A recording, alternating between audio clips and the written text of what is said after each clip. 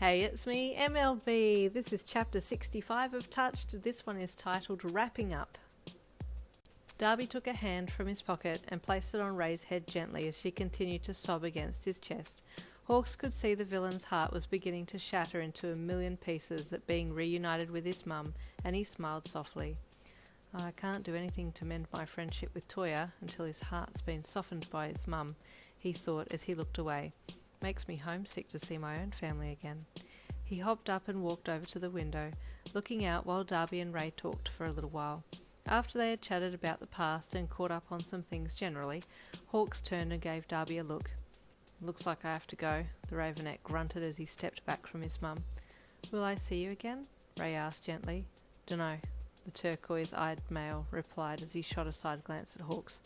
But it's been good to see you again. I agree, Ray said with a gentle smile. Thank you for coming to see me.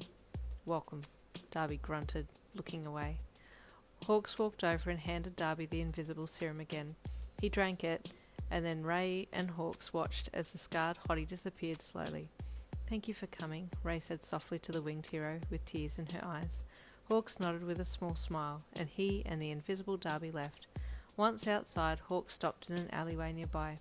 I have the invisible serum here, he said, reaching into his pocket. I don't want it yet, Darby grunted darkly, his voice straining. You okay, man? Hawks asked. Screw you, he replied, sniffing slightly. There's something about mums that just pulls out the soft side in all of us, Hawks thought tenderly, as he waited for Darby to compose himself.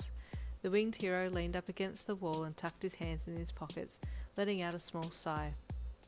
Do you remember that time that I told the in-charge my quirk was acting up and I shot a round of feathers at his ass? It looked like a badminton shuttlecock, he said with a chuckle. There was a long pause. I got detention for a week for telling him that they'd come out by themselves if he crowed like a rooster. Hawks burst out laughing. It was worth it though, right? He said as he tilted his head back and looked up at the sky. Man, we did some crazy stuff. Yeah, Darby grunted. Pass me the serum. Hawks reached into his pocket and handed Darby the small vial, waiting while he drank it. Slowly Darby materialised again. So I'll see you around, Hawks said as he smiled at Darby. If I ever see you again, it'll be too soon, Darby replied with a smirk as he turned to leave.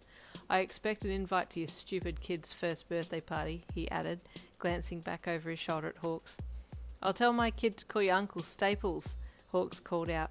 Screw you, Keigo, that name's lame, Darby replied, holding his middle finger up overhead as he walked off and disappeared. Well, it's about as good as it's going to get at this stage, Hawks thought as he smiled and flicked his wings, shooting straight up between the two buildings.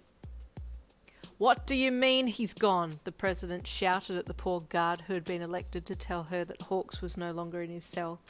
He's not there anymore, the guard said, slightly confused as to why she didn't seem to understand. I know that, you idiot, she snapped. Go and find him. Where do we start looking? He asked stupidly. His home, she said sarcastically and loudly. I don't care where you check. He needs to be found. Oh, okay, the guard replied sheepishly as he scurried off. At the same time that this conversation was happening, Hawks had entered the police commissioner's office. Hawks, the high-ranking officer said with a surprise as the winged hero entered. You look a little worse for wear. You okay?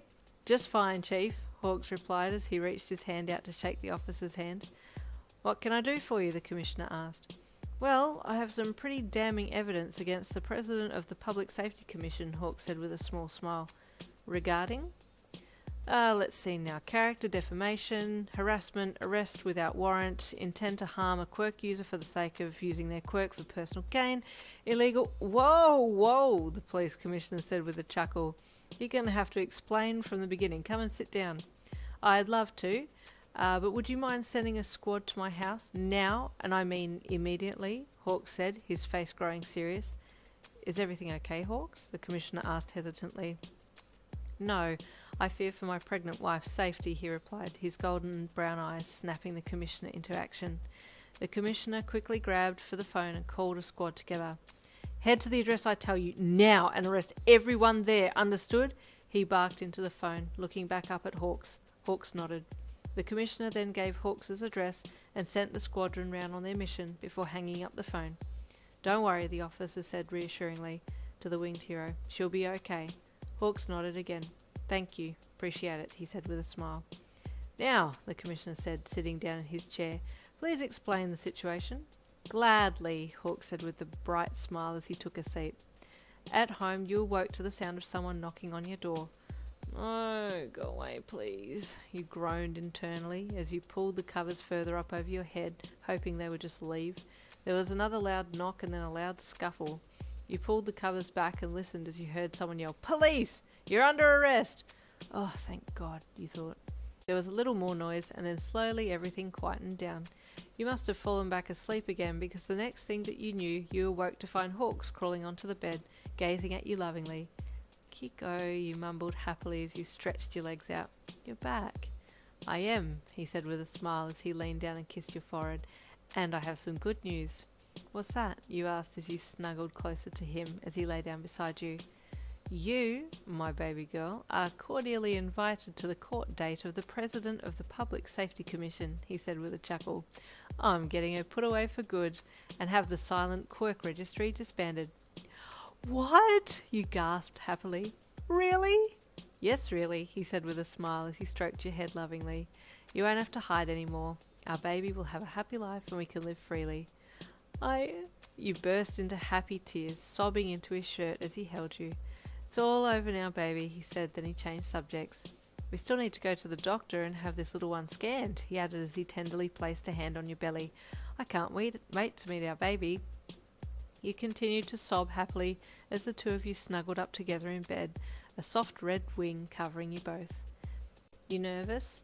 Hawks asked as you both walked up to the doors of the gynecological doctor's office later that week. Yeah, he said softly. Don't be, I'm here, he said as he took your hand and reached for the door to push it open. You both entered and waited to be called for by the doctor.